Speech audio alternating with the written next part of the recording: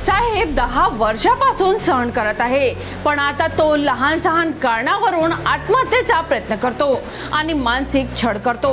अशा शब्दात विवाहितेने पोलिसांकडे आपली व्यथा मित्रांनो मांडल्यावर फैजरपुरा पोलिसांनी तिच्या पतीविरोधात कौटुंबिक छळाचा गुन्हा 5 ऑगस्ट रोजी दाखल केला आहे।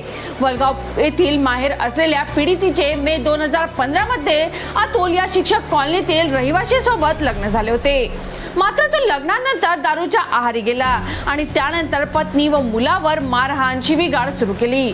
चरित्रावर संशय घेत तिला मानसिक त्रास दिला जात होता। घरातून बाहेर पडण्याचीही मज्जाव केला जात नव्हता। तसेच तो घरातील वस्तूंची तोडफोड करतो आणि आत्महत्येच्या धमक्यांद्वारे मानसिक छळ करतो, असे फिर्यादीत नमूद आहे।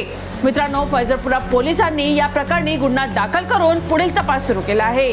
चला तर मित्रांनो, पुन्हा भेटूया नवीन बातमीसह। तोपर्यंत पाहत रहा अमरावती सिटी न्यूज।